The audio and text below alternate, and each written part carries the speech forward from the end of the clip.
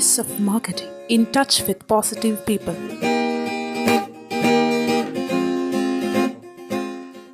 Power of distributor 11ാമത്തെ ചാപ്റ്ററിലേക്ക് എല്ലാവർക്കും സ്വാഗതം. നമസ്കാരം. ഇന്ന് നമ്മൾ വളരെ സിമ്പിളായ ഒരു കാര്യമാണ് സംസാരിക്കാൻ പോകുന്നത്. ഒരു ഡിസ്ട്രിബ്യൂഷൻ ഷിപ്പൊക്കെ സ്റ്റാർട്ട് ചെയ്ത് ഒരു ഡിസ്ട്രിബ്യൂട്ടർ എക്സിക്യൂട്ടീവ്സ് തന്നെ സാധിക്കില്ലല്ലോ. ഡിസ്ട്രിബ്യൂട്ടർക്ക് എക്സിക്യൂട്ടീവ്സിനൊക്കെ അപ്പോയിന്റ് ചെയ്ത് നന്നായിട്ട് കൊണ്ടുപോയുള്ളൂ. ഈ എക്സിക്യൂട്ടീവിന് ഉണ്ടായിരിക്കേണ്ട ഒന്ന് രണ്ട് ക്വാളിറ്റികൾ ഉണ്ടാവണം.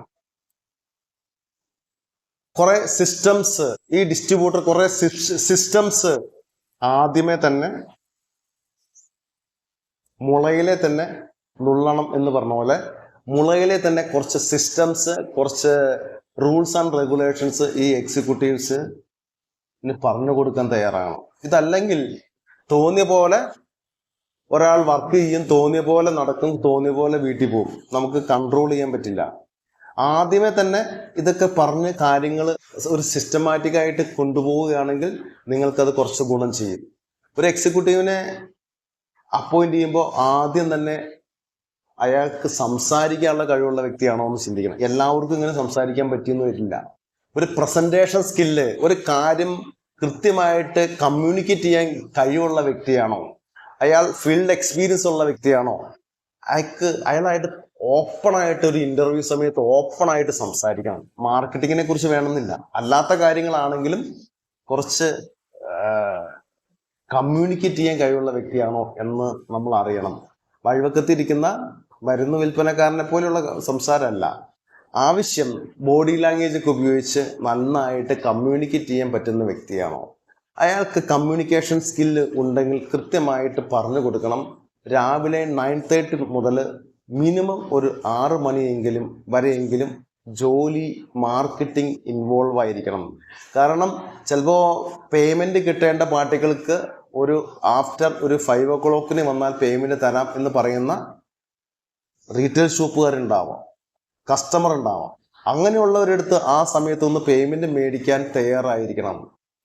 ചിലയിടങ്ങളിൽ അങ്ങനെ എന്ത് ചെയ്യും, ആദ്യം ഒരു റീറ്റെയിൽ ഷോപ്പിൽ ഒരു 10 ഷോപ്പ് ഉണ്ടാകാം. ഒരു എക്സിക്യൂട്ടീവിന്, ഒരു മാർക്കറ്റിംഗ് എക്സിക്യൂട്ടീവിന് ഒരു ദിവസം കവർ ചെയ്യേണ്ട ഏരിയ ഒരു 10 ഷോപ്പ് ആണെങ്കിൽ അയാൾ രാവിലെ മുതൽ ബൈക്ക് ഓടിച്ച് പോവുകയാണെങ്കിൽ ചിലപ്പോൾ ഉച്ചയാകുമ്പോഴേക്കും ഈ വർക്ക് ഫിനിഷ് ചെയ്യാൻ പറ്റും.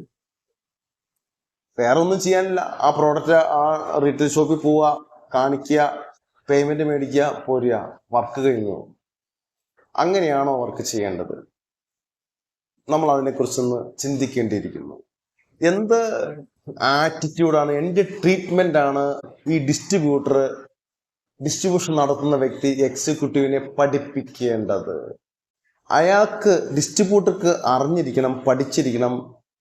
അയാൾ വിസിറ്റ് ചെയ്യേണ്ട 20 ഷോപ്സുകൾ ഒരു ദിവസം ഉണ്ടെങ്കിൽ അത് വിസിറ്റ് ചെയ്യാനുള്ള സമയം എത്ര വേണം എന്നുണ്ടെങ്കിൽ, അടുത്തടുത്തൊക്കെ ആണെങ്കിൽ അത് കഴിഞ്ഞ ശേഷം പുതിയ റീറ്റെയിൽ കൗണ്ടറുകൾ, നല്ല പേയ്മെന്റ് കിട്ടുന്ന നല്ല ന്യൂ ഷോപ്പുകൾ, പുതിയ ഷോപ്പുകൾ തൻ്റെ റവന്യൂ കൂട്ടാൻ വേണ്ടിയിട്ട് ആഡ് ചെയ്യപ്പെടണം. അങ്ങനെ ആഡ് ചെയ്യപ്പെടുമ്പോൾ അതിന് പ്രത്യേകമായ ഒരു സ്ട്രാറ്റജിയൊക്കെ തയ്യാറാക്കി, ഒരു മാർക്കറ്റിംഗ് സ്ട്രാറ്റജി തയ്യാറാക്കി ചെറിയൊരു ഇൻസെൻറ്റീവ് ഒക്കെ ഈ എക്സിക്യൂട്ടീവിന് കൊടുത്ത് പുതിയ ഷോപ്പ് കൊണ്ടുവരാൻ വേണ്ടിയുള്ള മോട്ടിവേഷൻ കൊടുക്കുന്നത് ഒരു ഡിസ്ട്രിബ്യൂട്ടറെ സംബന്ധിച്ച് അയാളുടെ ബിസിനസ് ഗ്രോത്ത് ചെയ്യുന്നതിന് വളരെ സഹായിക്കും.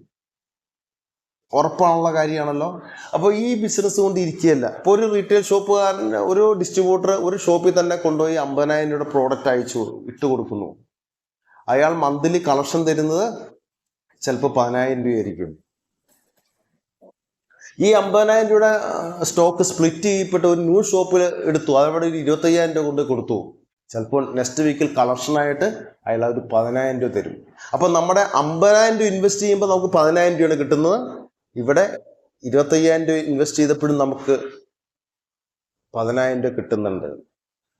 ആ രീതിയിൽ പുതിയ ഷോപ്പുകൾ ആഡ് ചെയ്യുകയും കൂടുതൽ സ്റ്റോക്ക് പൈസ തരാത്തവർക്ക് ഇട്ട് കൊടുത്തുകൊണ്ടിരിക്കുന്നത് നിർത്തിക്കളയുന്നതിനും ന്യൂ ഷോപ്പുകൾ ആഡ് ചെയ്യുന്നത് നിങ്ങളെ സഹായിക്കും. അല്ലെങ്കിൽ ഓൾറെഡി കൊടുത്തുകൊണ്ടിരിക്കുന്ന റീറ്റെയിലർക്ക് കൂടുതൽ സ്റ്റോക്ക് കൊടുക്കുമ്പോൾ അയാൾ തന്നെ ഒരുവിധം നല്ല റീറ്റെയിൽ ഷോപ്പുകാരൊക്കെ കൂടുതൽ സ്റ്റോക്ക് ഡിസ്ട്രിബ്യൂട്ടർ തന്നാൽ തന്നെ ഇറക്കി വയ്ക്കാൻ അവർക്ക് വലിയ താല്പര്യം ഉണ്ടാവില്ല. അവർ പറയും ഇത് മതി, ഇനി പേയ്മെന്റ് തന്നാൽ മതി എന്ന് പറയുന്നവരാണ് 95% ആളുകൾ. പിന്നെ ഇതിന് 5% ആളുകൾ മാത്രമേ അത്ര പ്രശ്നക്കാരായിട്ടുള്ളൂ. അപ്പോൾ ഈ 95% ആൾക്കാരും പേയ്മെന്റ് കാര്യം നിങ്ങൾക്ക് തരാനുണ്ടെങ്കിൽ ഡിസ്ട്രിബ്യൂട്ടർ കൃത്യമായിട്ട് അവരെ അറിയിക്കുകയും ആ എക്സിക്യൂട്ടീവ് വഴി അറിയിക്കുകയും ചെയ്യും. ഞാൻ പറഞ്ഞു വയ്ക്കാൻ ശ്രമിച്ച കാര്യം, ഈ എക്സിക്യൂട്ടീവ് എന്ന വ്യക്തി ഈ 10-20 ഷോപ്പ് വിസിറ്റ് ചെയ്ത ശേഷം നേരെ 3:30 കഴിഞ്ഞിട്ട് വീട്ടിലേക്ക് പോകുന്ന ഒരു അവസ്ഥ മാറ്റി ഒരു മിനിമം ഒരു 5:30 വരെയെങ്കിലും റൂട്ടിൽ പ്രസൻസ് ഉണ്ടായിരിക്കണം. ഒരു പുതിയ ഷോപ്പിന്റെ എൻക്വയറി ഡിസ്ട്രിബ്യൂട്ടറിന്റെ ഓഫീസിലേക്ക് വന്നാൽ തന്നെ പെട്ടെന്ന് തന്നെ എക്സിക്യൂട്ടീവിന് അത് ഹാൻഡ് ഓവർ ചെയ്യുകയും ആ എക്സിക്യൂട്ടീവ് ആ റീറ്റെയിൽ ഷോപ്പ് വിസിറ്റ് ചെയ്ത് അത് ക്ലോസ് ചെയ്യാനുള്ള കേപ്പബിലിറ്റിയിലേക്ക് ഒരു എക്സിക്യൂട്ടീവ് വളരണമെങ്കിൽ അയാളുടെ പ്രസൻസ് മാർക്കറ്റിൽ ഉണ്ട് എന്ന് ഡിസ്ട്രിബ്യൂട്ടർ ഉറപ്പുവരുത്തേണ്ടതുണ്ട്. ശരിയായ കാര്യമാണല്ലോ. അതുപോലെ തന്നെ ഡിസ്ട്രിബ്യൂഷൻ എന്ന് പറയുന്നത് ഡിസ്ട്രിബ്യൂട്ടർ കൊടുക്കുന്ന പ്രോഡക്റ്റുകൾ, വിവിധങ്ങളായ പ്രോഡക്റ്റുകളുണ്ട്. അത് ഫിക്സ് ചെയ്തിരിക്കുന്ന റൈറ്റിൽ വിൽക്കുക എന്നുള്ളതാണ്. ഡിസ്ട്രിബ്യൂട്ടർ ഫിക്സ് ചെയ്തിരിക്കുന്ന റൈറ്റിൽ ആ റീറ്റെയിൽ ഷോപ്പിൽ കൊടുക്കുക എന്നുള്ളതാണ്. അതിന് പകരം കൂടുതൽ ഓഫറും ഡിസ്കൗണ്ടും കൊടുത്ത് റീറ്റെയിൽ ഷോപ്പിൽ കൊടുക്കുന്നത് ആ പ്രോഡക്റ്റിന്റെ വാല്യൂ കളയുകയും ഒരു ഷോപ്പിൽ ചെന്ന് പെട്ടെന്ന് ഓർഡർ വാങ്ങിക്കാനും റൈറ്റ് ഡൗൺ ചെയ്ത് ഫുൾ ഡിസ്കൗണ്ട് കൊടുത്ത് ആ പ്രോഡക്റ്റിന്റെ വാല്യൂ കളയുന്ന സിസ്റ്റത്തിലേക്ക് ഒരു എക്സിക്യൂട്ടീവ് വളരരുത്.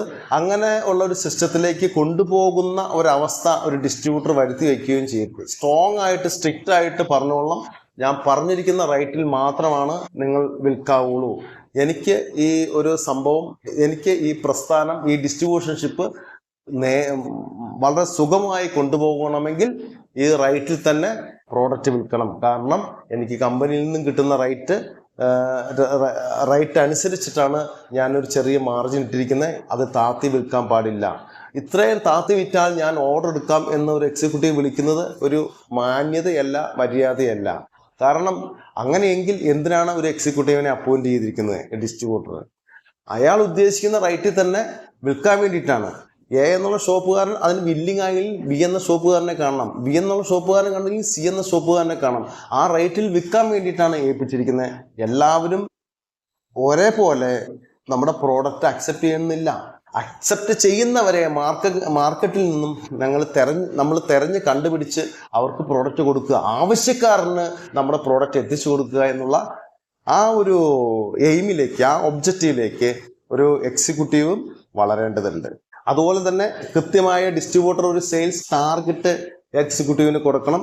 മന്ത്ലി ടാർഗറ്റ് കൊടുത്ത് അതിൻ്റെ പെർഫോമൻസ് എങ്ങനെയൊക്കെയാണ് പോകുന്നത് എന്ന്, ഏതൊക്കെ പ്രോഡക്റ്റ്, ഏതൊക്കെ ക്രൈറ്റീരിയ തിരിച്ച് ഏതൊക്കെ പ്രോഡക്റ്റ്, വിവിധങ്ങളായ പ്രോഡക്റ്റ് എത്രയൊക്കെ ക്വാണ്ടിറ്റി വിറ്റിട്ടുണ്ട്, ഇതിനെക്കുറിച്ചൊരു അനലൈസേഷൻ സ്റ്റഡി ഒരു ഡിസ്ട്രിബ്യൂട്ടർ എക്സിക്യൂട്ടീവിനെ നിരത്തി മുന്നിലിരുത്തി അത് പറഞ്ഞ് അവരെ കേൾപ്പിക്കണം. അത് മാത്രമല്ല, മന്ത്ലി ഒരു സെയിൽസ് മീറ്റിംഗ് കണ്ടക്ട് ചെയ്ത് ആ സെയിൽസ് മീറ്റിങ്ങിൻ്റെ റിപ്പോർട്ടുകൾ, സെയിൽസ് റിവ്യൂ കൃത്യമായിട്ട് അവരെ ബോധിപ്പിക്കുക. അതിനൊരു ദിവസം സമയം കണ്ടെത്താതെ പറ്റില്ല. അങ്ങനെയൊക്കെയാണ് ഒരു ടീം ബിൽഡപ്പ് ചെയ്യാൻ പറ്റുള്ളൂ. നിങ്ങളുടെ ബിസിനസ് സ്കെയിലപ്പ് ചെയ്യണമെങ്കിൽ, ഗ്രോത്തിലേക്ക് കൊണ്ടുവരണമെങ്കിൽ ഇങ്ങനെയുള്ള കാര്യങ്ങളിലൂടെ പോയാൽ മാത്രമേ സാധിക്കുള്ളൂ.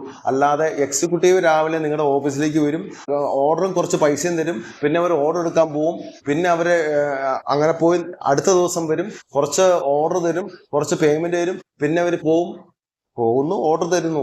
വേറെ ഗ്രോത്ത് ഒന്നും അവിടെ സംഭവിക്കുന്നില്ല. ഒരു കളക്ഷൻ എക്സിക്യൂട്ടീവിനെ അല്ല നിങ്ങൾ അപ്പോയിന്റ് ചെയ്തിരിക്കുന്ന ഒരു മാർക്കറ്റിംഗ് സെയിൽസ് എക്സിക്യൂട്ടീവിന്റെ കലിബർ, അതിന്റെ ക്വാളിറ്റി ആ എക്സിക്യൂട്ടീവ് തെളിയിക്കേണ്ടതുണ്ട്.